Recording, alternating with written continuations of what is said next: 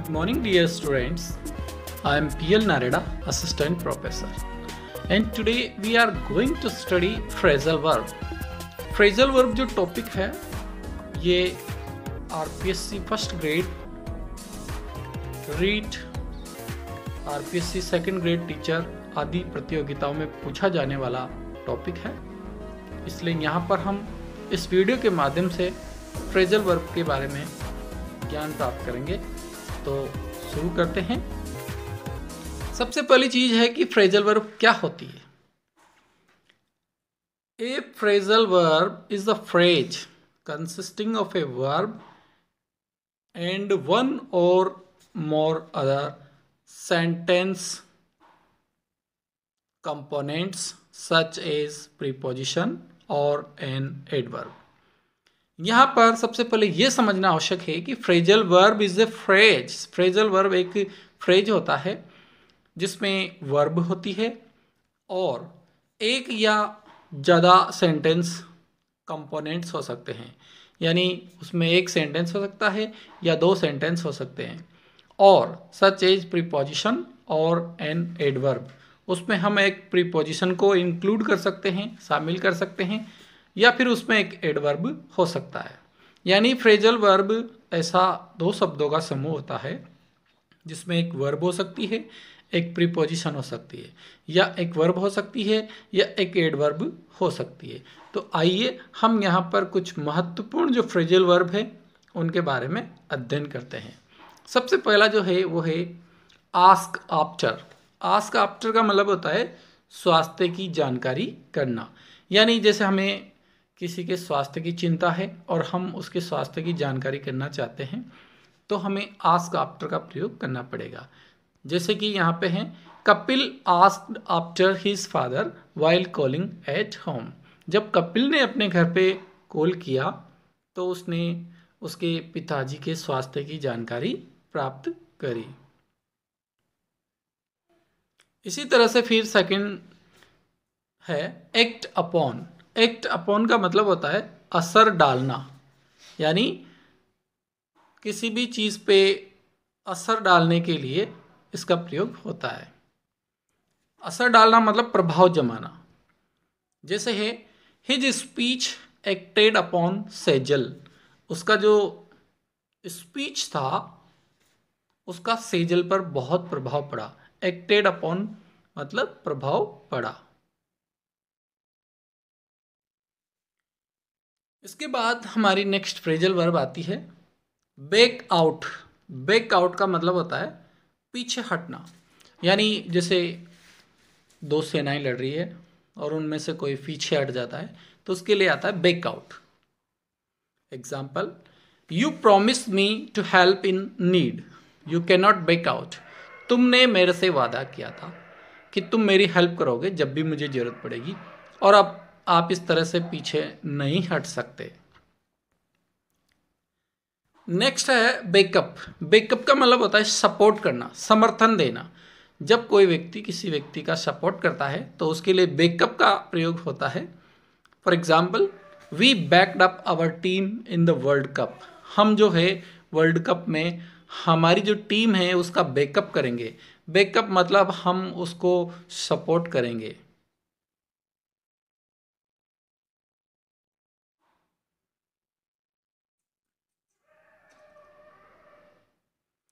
इसके बाद है ब्लो आउट।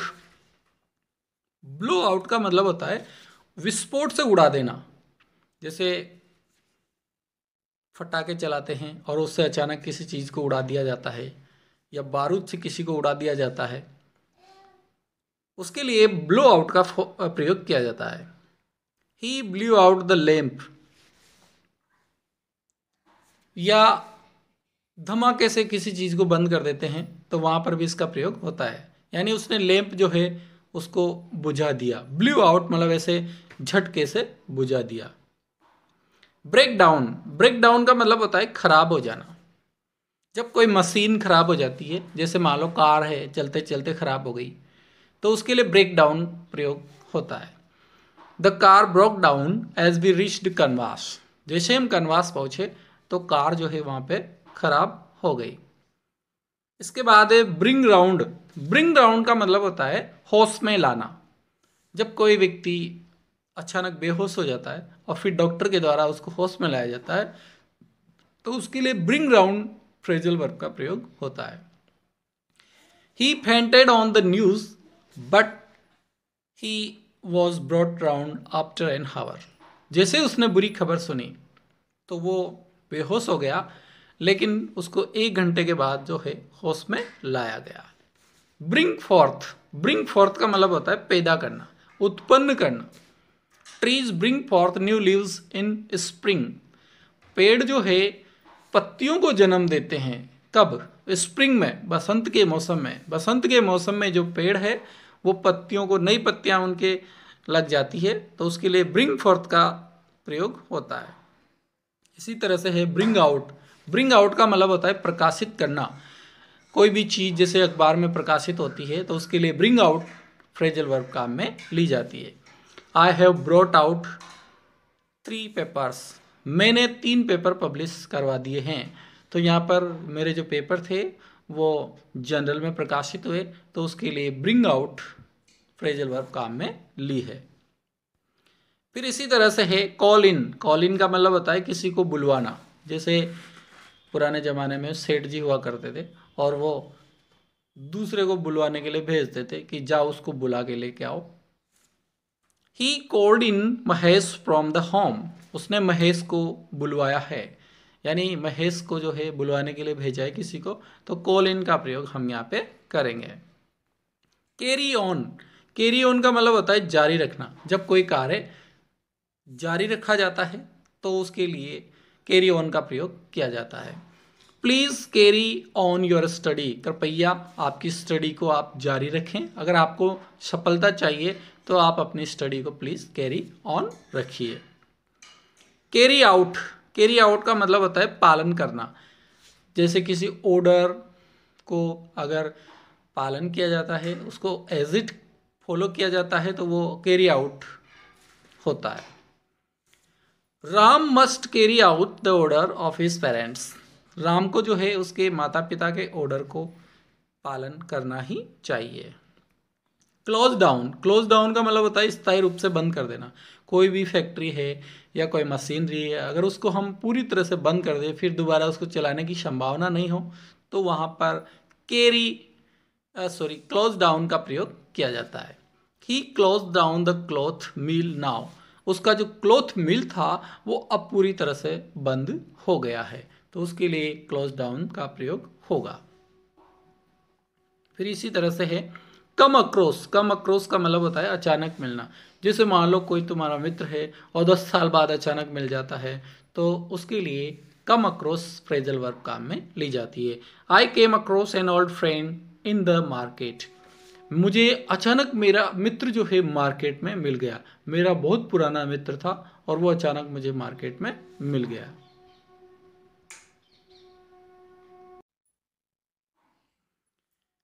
इसके बाद हमारी फ्रेजल वर्ब है कम थ्रू। कम थ्रू का मतलब होता है किसी बीमारी से चंगा हो जाना, बीमारी से मुक्त हो जाना। मान लो कि आप किसी बीमारी से ग्रसित हैं और फिर डॉक्टर ने आपको सही कर दिया, तो उसके लिए कम थ्रू का प्रयोग होगा। Reena has come through a serious illness. Reena जो है बीमारी से मुक्त हो गई है। रीना बहुत दिनों से बीमार थी और अब वो उस बीमारी से मुक्त हो गई। Cry for. क्राई फॉर का मतलब होता है चिल्लाना या मांग करना किसी चीज़ के लिए बार बार। जैसे बच्चे जो है घर में मांग करते रहते हैं कि पापा पिज्ज़ा लाना, पिज्ज़ा लाना, तो उसके लिए क्राई फॉर का प्रयोग होता है। Children always cry for more things. बच्चे जो है हमेशा ज़्यादा चीज़ों के लिए मांग करते रहते हैं। इसके बाद है डाई आउट। डाई आउट का मतलब होता है विलुप्त हो जाना, यानी कोई भी चीज़ जो है वो ख़त्म हो जाती है, तो उसके लिए डाई आउट का प्रयोग होता है। This type of trend has died out now. इस तरह का जो ट्रेंड है आजकल वो ख़त्म हो गया है। पुराना जो ट्रेंड था वो आजकल ख़त्म हो गया, आजकल नए नए ट्रेंड स्टार्ट हो गए हैं। Drop out. ड्रॉप आउट का मतलब होता है अलग हो जाना। Please make a list of drop out children. कृपया ड्रॉप आउट बच्चों की लिस्ट बनाइए। यानी जो स्कूल से अलग हो गए हैं या जो किसी संस्था से अलग हो गए हैं, ऐसे बच्चों की लिस्ट आप बनाइए। ड्रॉप आउट उनको कहते हैं जो अलग हो जाते हैं, यानी जो मेन जो धारा है, मुख्य जो धारा है एजुकेशन की, उससे अगर अलग हो जाते हैं तो उनके लिए ड्रॉप आउट आता है। फॉल बैक का मतलब होता है हार मानना। यानी जब हम कोई कार्य कर रहे हों और उसको बीच में ही छोड़ दें, यानी हार मान ले, तो उसके लिए फॉल बैक आता है। We should fall back against a powerful enemy. हमें जो पावरफुल है, शत्रु है, उसके खिलाफ हथियार डाल देने चाहिए, हार मान लेनी चाहिए, नहीं तो वो हमें और ज़्यादा नुकसान पहुंचा सकता है। गेट अलोंग विद का मतलब होता है सहमत होना। जब आप किसी व्यू से, किसी ओपिनियन से सहमत होते हैं तो वहां पर गेट अलोंग विद का प्रयोग होता है। Ram got along with Shyam on this matter. यानी राम जो है श्याम की बात से सहमत हो गया। अब उन दोनों के बीच में किसी तरह का तर्क वितर्क नहीं रहा। गेट अप का मतलब होता है उठना। जैसे कोई जल्दी उठता है, कोई देर से उठता है, तो उसके लिए गेट अप का प्रयोग होता है। I get up early in the morning. Get up का मतलब उठना, मैं सुबह जल्दी उठता हूँ। गेट अप का अर्थ एक और होता है, लुक के लिए आता है कि इसका गेटअप चेंज हो गया, यानी उसका जो पहले का जो स्वरूप था वो बिल्कुल चेंज हो गया। गिव इन का मतलब होता है मान लेना या झुक जाना। अगर आप किसी के सामने किसी की बात को मान लेते हो या उसके सामने सरेंडर हो जाते हो तो उसके लिए गिव इन का प्रयोग होता है। At last Govind gave in against his father. आखिरकार गोविंद ने जो है उसके पिताजी के सामने झुक गया, उनकी बात मान ली। पहले वो बहुत नादानी करता था और उसके पिताजी की बात नहीं मानता था, लेकिन लास्ट में उसने बात मान ली। गिव अप का मतलब होता है त्याग देना, यानी किसी भी चीज़ को छोड़ देना। कोई जैसे मान लो कोई बुरी लत है तो उसको छोड़ देने के लिए गिव अप का प्रयोग होता है। He has given up his bad habits. उसने उसकी बुरी आदतों को पूरी तरह से छोड़ दिया है, यानी उसकी जो बुरी आदतें थी वो अब खत्म हो गई है। गो इनटू का मतलब होता है छानबीन करना। किसी मामले में जैसे पुलिस जांच पड़ताल करती है तो उसको गो इनटू का प्रयोग वहां पे होता है। The police is going into the case now. अब इस केस को जो है पुलिस जो है वो हैंडल कर रही है, वो इसकी छानबीन कर रही है।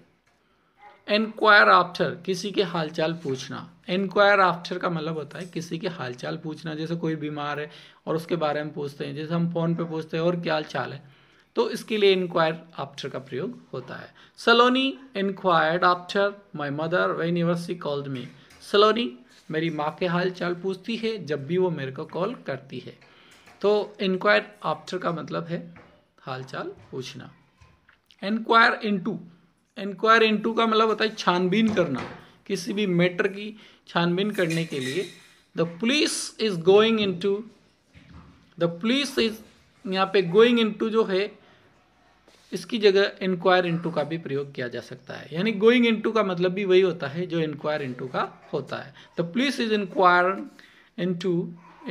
Into the case now. अब इस केस की इंक्वायरी जो है पुलिस कर रही है। ले आउट का मतलब होता है व्यवस्था करना। जैसे कोई प्रोग्राम कर रहे हैं और वहाँ पे व्यवस्था करनी है तो उसके लिए ले आउट का प्रयोग होगा। Please lay out the meal for the guest. कृपया आप जो गेस्ट आए हुए हैं उनके लिए भोजन की व्यवस्था कीजिए। ले असाइड का मतलब होता है बचत करना, पैसे की बचत करना या समय की बचत करना, इसके लिए इसका प्रयोग होता है। प्लीज ले aside the money for the future. कृपया फ्यूचर के लिए पैसे बचा के रखिए, क्योंकि फ्यूचर जो है उसमें पैसे की जरूरत पड़ सकती है। लुक आफ्टर का मतलब होता है टेक केयर, यानी देखभाल करना। जब हमें बड़ों की देखभाल करनी हो तो वहाँ पे लुक आफ्टर का प्रयोग होता है। छोटों की देखभाल के लिए भी लुक आफ्टर का प्रयोग होता है। Kapil looks after his parents. Kapil जो है वो अपने माता पिता की देखभाल करता है। लुक ओवर का मतलब होता है परीक्षण करना, यानी जब हम किसी चीज़ का परीक्षण करते हैं तो वहाँ पे लुक ओवर प्रयोग का प्रयोग किया जाता है। He looked over twice before he handed over the money. उसने पैसे की 2 बार जांच की, यानी उसने पैसे 2 बार काउंट किए, परीक्षण किया और उसके बाद उसने पैसे संभलाए। लुक फॉर का मतलब होता है तलाश करना या खोज करना। जैसे आपको किसी चीज़ की तलाश है, जैसे जॉब की तलाश है, तो वहाँ पर फिर लुक फॉर का प्रयोग आपको करना पड़ेगा। Raja is looking for a new job. Raja जो है उसकी पुरानी जॉब जो है वो खो गई है, ख़त्म हो गई है, अब वो नई जॉब की तलाश में है, तो यहाँ पे लुक फॉर का प्रयोग होगा। लुक अप टू का मतलब होता है इज्जत करना, किसी की इज्जत करना या किसी को इज्जत देने के लिए इसका प्रयोग होता है। We should look up to our elders. हमें बड़ों की इज्जत करनी चाहिए।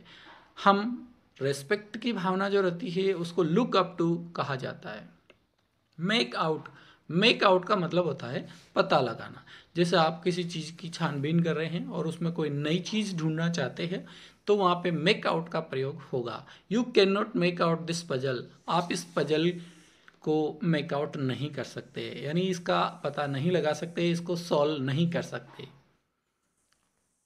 पजल का मतलब होता है पहेली। मूव इन का मतलब होता है नए घर में प्रवेश करना। किसी नई जगह पर अगर आप जा रहे हैं, जैसे आपने कोई नया मकान लिया है और वहाँ पर आप इनॉग्रेशन करने के बाद जा रहे हैं, तो वह मूव इन कहलाता है। We moved in the house in May. हम जो है मई में हमारे नए घर में प्रवेश हमने किया। हमने हमारे नए घर में मई में प्रवेश किया। Move in. पास अवे का मतलब होता है डाई, मर जाना। जब कोई व्यक्ति इस दुनिया से चला जाता है तो उसके लिए पास अवे फ्रेजल वर्ब काम में ली जाती है। Suraj passed away last week due to Covid. Covid की वजह से सूरज जो है पिछले सप्ताह ही इस दुनिया से पास अवे हो गया, यानी चला गया। पास थ्रू का मतलब होता है गुजरना। जैसे आप किसी जगह से गुजर रहे हैं और रोज वहाँ से गुजरते हैं, तो उसके लिए पास थ्रू का प्रयोग होता है। या किसी कठिन परिस्थिति से आप गुजर रहे हैं, he is passing through a difficult situation. वो एक कठिन परिस्थिति से गुजर रहा है, यानी उसकी जो परिस्थितियाँ हैं वो कठिन है और उसको उसका सामना करना पड़ रहा है उससे, तो उसके लिए पास थ्रू का प्रयोग होगा।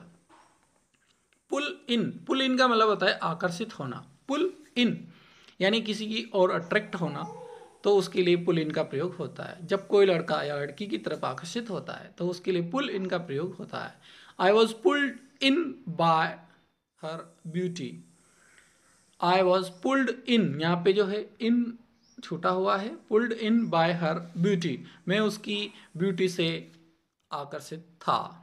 पुट बाय का मतलब होता है बचा के रखना। जैसे आपको कोई चीज़ फ्यूचर के लिए बचा के रखनी होती है, तो उसके लिए पुट बाय का प्रयोग होता है। Please put by some money for the future. कृपया फ्यूचर के लिए कुछ पैसे बचा के रखिए, वो आपके काम आएंगे। पुट ऑन का मतलब होता है पहनना। जैसे आप कपड़े पहनते हो या फिर जूते पहनते हो, तो उसके लिए पुट ऑन का प्रयोग होगा। पुट ऑन मतलब पहनना। Put on your school dress and go out. तुम्हारे स्कूल ड्रेस पहन लो और जाओ, तुम लेट हो रहे हो। पुट आउट का मतलब होता है बुझाना। जैसे मान लो आप लैंप को बुझा रहे हो या लाइट को बुझा रहे हो या आग को बुझा रहे हो। The fire was soon put out. आग जो है वो शीघ्र ही बुझा दी गई। जैसे ही फायर ब्रिगेड आई तो उसने शीघ्र ही लाइट आग को बुझा दिया। पुट अप विद का मतलब होता है सहन करना। जैसे आप किसी चीज़ को बर्दाश्त करते हो और बर्दाश्त करने की एक हद होती है, ये हम जानते हैं, तो वहाँ पर पुट अप विद का प्रयोग किया जाता है। उससे कह देते हैं हम कभी कभी सामने वाले से कि बस इससे आगे एक शब्द भी कहा तो फिर तुम्हारी जिंदगी जो है वो समाप्त हो जाएगी।